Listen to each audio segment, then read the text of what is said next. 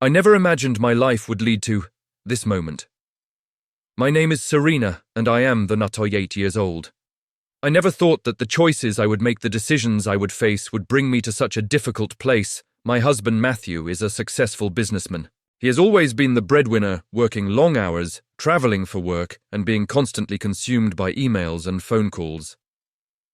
Ash's wife. I understood that his work was important, that it was the reason we had everything we had, but the reality of being married to a man who is never truly present is one I never imagine. Even when he's here physically, he's often preoccupied, focused on something else. I can't help but feel isolated even in the comfort of my own home. Make sure to subscribe to my channel so I can continue bringing you more fascinating true stories like this one. And don't forget to watch this video till the end, because this story is going to be incredibly interesting. Matthew and I have a son, Leo, who is now 20 years old. Leo has always been a free spirit, never wanting to be tied down or told what to do, unlike me, who embraced the stability of family life. Leo couldn't wait to break free and chart his own path.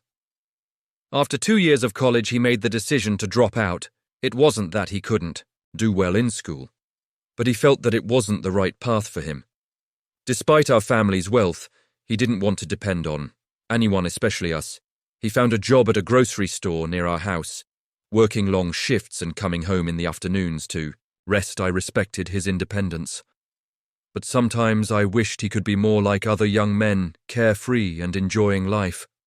The summer heat this year was unbearable. The air felt thick and the temperature climbed to levels that seemed impossible to endure. Every day felt like the heat was seeping into our bones. One morning, like any other, Matthew left early for work, buried in his routine. I watched as he closed the door behind him, and the house fell into a deep silence. I was left alone again, trapped in this large house with my thoughts. Leo had already left for his morning shift at the store, and I knew he wouldn't be home until noon. The heat outside was unbearable, and I couldn't help but think about how long it had been since we had all been together, enjoying each other's company. I sat by the window watching the sunrise higher into the sky, radiating a harsh, unrelenting heat. It wasn't just the temperature. It was everything in my life that had become suffocating. As I looked out, I heard the sound of the door opening, and Leo walked in. His shirt soaked with sweat, his face flushed from the heat. He looked at me with a tired but familiar smile. "Mom, it's so hot today," Leo said, dropping a bag of snacks onto the kitchen table. Ismailed, my heart swelling with love for him. He walked to the fridge and grabbed a bottle of cold water, sitting down at the old wooden table. The familiar sounds of the house, the creak of the wooden floor beneath my feet, and the hum of the ceiling fan were the only things filling the silence, but it was a heavy silence, a silence filled with emotions that I couldn't put into words. Leo sat there, his back hunched slightly from the exhaustion of his shift, drinking his water, his mind somewhere far away. I watched him, lost in thought, until the noise of the water dripping from the bottle brought me back to reality. It was too hot to do much, so I decided to take a shower to cool off. As I walked to the bathroom, I heard the sound of running water. The door was slightly ajar, and the faint light coming from inside caught my attention. I didn't think much of it at first, but when I took a step closer, I froze. There, standing under the stream of water, was Leo, and he was completely naked, his body glistening under the water. My heart raced, and I couldn't tear my eyes away, even though he was my son. Something inside me shifted in that moment. I felt a surge of emotions that I couldn't control, and I felt ashamed of myself for feeling that way. I should have looked away, but I couldn't. I stood there, frozen, watching him, my heart pounding in my chest. I didn't know what to do. I couldn't explain what was happening inside me. Leo was still unaware of my presence, lost in his shower, and I didn't know how to pull myself away from the moment. I stood there for what seemed like an eternity, my breath shallow. Finally, my foot hit the mop on the floor, causing it to fall with a loud crash. The noise broke the silence, and I panicked. I quickly ran out of the bathroom, my heart racing, my body trembling. I didn't want Leo to know that I had seen him, that I had been standing there, paralyzed, watching him. I ran back to the living room, my mind in chaos. I sat down on the chair, trying to calm myself, but my heart was still beating so fast I could hear it in my ears. The silence in the house felt deafening now. I couldn't stop thinking about what I'd just witnessed. The image of Leo in the shower haunted me. I couldn't shake it. What was wrong with me? Why had I felt that way? I stood up, pacing the room, trying to push the thoughts from my mind, but they wouldn't go away. I heard the sound of water stop in the bathroom, and I quickly glanced toward the door. A few moments later, Leo walked out only wearing a towel, his body still wet droplets of water glistening on his broad shoulders. I quickly looked away, my face turning red with embarrassment. I couldn't face him. "Mom, did you hear something fall?" Leo asked, his voice light as though nothing had happened. He didn't know he couldn't know. "Oh, it was just the mop," I said, my voice shaking. I turned away, quickly trying to hide the anxiety that was flooding through me. Leo shrugged and walked back to his room, leaving me sitting there, my mind in turmoil. The house grew quiet again, but my mind was anything but the feelings that had been awakened inside me were something I could no longer ignore. Every time I thought about Leo, my heart raced. I couldn't explain what was happening. Why was I feeling this way? I didn't want to, but I couldn't stop. This confusion, this shame, it ate away at me. I blame myself. But I couldn't stop the feelings from growing. It was a constant battle. Within myself, one I didn't know how to win. The next morning, Matthew announced that he would, believing for a week-long business trip. I could feel the familiar emptiness creeping in. As he made his usual hurried exit, he kissed me quickly, told me not to worry, and left the door closing behind him with a finality that echoed through the house. It was just me and Leo again. For the first time in a long time, I realized how much I missed being close to my family, how much I longed for connection. Leo suggested we take a trip together, just the two of us, but I had to turn him down. Matthew was away, and I couldn't do anything that might cause a suspicion. I smiled, trying to hide their regret in my eyes. But Leo saw it. He didn't say anything more. But I could see the longing in his face, the desire for something more than just work and distance. We sat in the living room, the afternoon sun shining through the window, the warmth of the day creeping into the house. It was peaceful, almost too peaceful. I couldn't help but wonder how long it had been since Leo and I had just talked, really talked. We spent hours reminiscing about old times, the memories of when he was younger, and how close we used to be. It felt good to reconnect, to feel like we were mother and son again. He asked him if he had thought about dating, yet it was a question I had been avoiding. But now it felt like the right time. Leo laughed. "I see girls staring at me all the time," he said, a mischievous smile spreading across his face, "but honestly, I just want to focus on work, right?" Now I could see it in his eyes. He wasn't just talking about work. There was more beneath the surface, and when he looked at me, his gaze lingered for just a second. Longer than it should have. It was almost as if he was waiting for me to say something, to acknowledge something that neither of us wanted. To admit that evening, everything seemed to change. Leo looked at me with those deep, searching eyes and asked a question that left me frozen in place. "Mom, did you watch me take a bath yesterday?" My heart skipped a beat. My face flushed. I couldn't find my voice. The room felt like it was closing in on me. Leo didn't seem embarrassed. He seemed almost casual, like it was something he expected. "I knew you were watching, Mum," he said, his voice low. I just pretended not to notice. I felt the world tilt beneath me. Me mind raced. How could he know why? He tried to gather my thoughts, but they were jumbled, tangled in a web of confusion. I could hear my heartbeat pounding in my ears. Was this really happening? Could this be real? I wanted to tell Leo that it was impossible, that nothing could ever happen between us.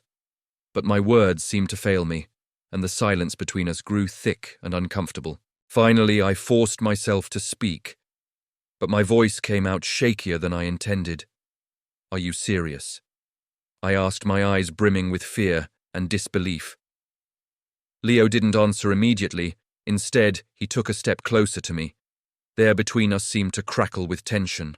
I could feel the warmth radiating from his body, and my pulse quickened. His gaze never wavered. And when he reached for my hand, I flinched, though my body betrayed me. Not pulling away, his touch was warm, comforting in some strange way, but also dangerous. My breath caught in my throat as he gently pulled my hand to his chest. "You don't have to say anything, Mom," Leo whispered, his voice almost pleading. "I just needed you to know for a moment." Everything seemed to freeze. I felt trapped, suffocated by my own feelings.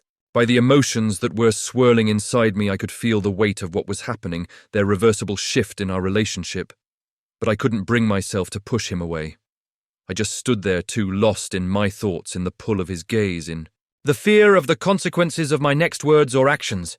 Every part of me knew that this was wrong, that this wasn't something I should be feeling, but there was another part of me, a darker, more confused side, that didn't want the moment to end. When I didn't respond, Leo let go of my hand and took a step back. He seemed almost resigned, but there was still a hint of hope in his eyes. I wanted you to know, he repeated. I didn't expect you to say anything. I just needed to tell you. I couldn't stop the tears from welling up in my eyes. This wasn't the way things were supposed to be. Leo was my son. The relationship we had was built on years of trust, of love, of a bond that should have never been tainted by such a thing, but I couldn't deny that something had shifted in me, something that scared me more than anything. Leo, please, I said, my voice trembling.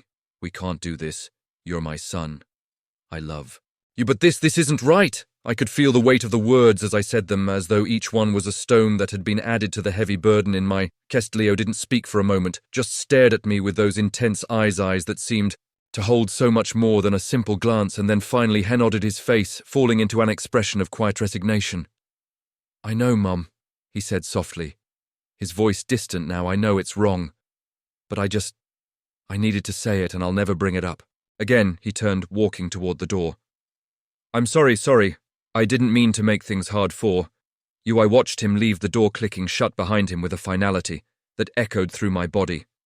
I stood there for a long time, frozen, unable to move, unable to process what had just happened. The silence in the house felt deafening, more so than before. My thoughts were in turmoil. I wanted to scream, to cry, to make everything go away, but I couldn't. There was no undoing what had just happened. Over the next few days, I could barely look at Leo. It felt like there was an invisible wall between us, one that neither of us could breach. I felt guilty, ashamed of myself for the way I had reacted, for not stopping things before they had gone too far, but more than anything, I felt lost. The feelings I had for Leo had been undeniable, and now that I had faced them, I didn't know how to cope. I wanted to go back to the way things were, to the times when I was his mother, and he was my son's son, when everything made sense. But I couldn't. Matthew returned from his business trip, unaware of everything that had transpired. I had kept my distance from Leo, and I tried to go through the motions of normal life, but something had broken, something that couldn't be fixed with time or words. I had failed to protect my own family, and the shame of it weighed on me like a crushing burden. I knew deep down that I couldn't keep pretending everything was fine. The truth had to come out one way or another, but I didn't know how to face it, how to tell Matthew what had happened between me and Leo. How could I explain it?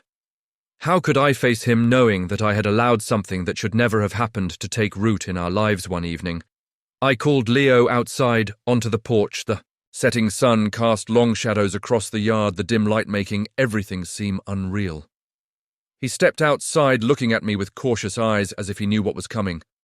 I didn't know what to say at first. The words felt too heavy, too final, but I knew I had to speak them. We can't go on like this, Leo, I said softly, my voice breaking. I love you, but I love you as a mother loves her son, and that's where it ends. We can't do this. It's wrong, and it's destroying us both. Leo didn't say anything at first. He just stood there, his face a mixture of sadness and understanding, and then slowly he nodded. I know, Mom. I know, he whispered. I didn't mean for things to get out of hand. I just didn't know how to tell you how I felt. He took a deep breath, his shoulders slumping, as if a great weight had been lifted from him. I'm sorry. I'll leave if it helps now. Leo, you don't have to leave, I said quickly, my voice full of regret. You don't have to go anywhere. But we need to fix this.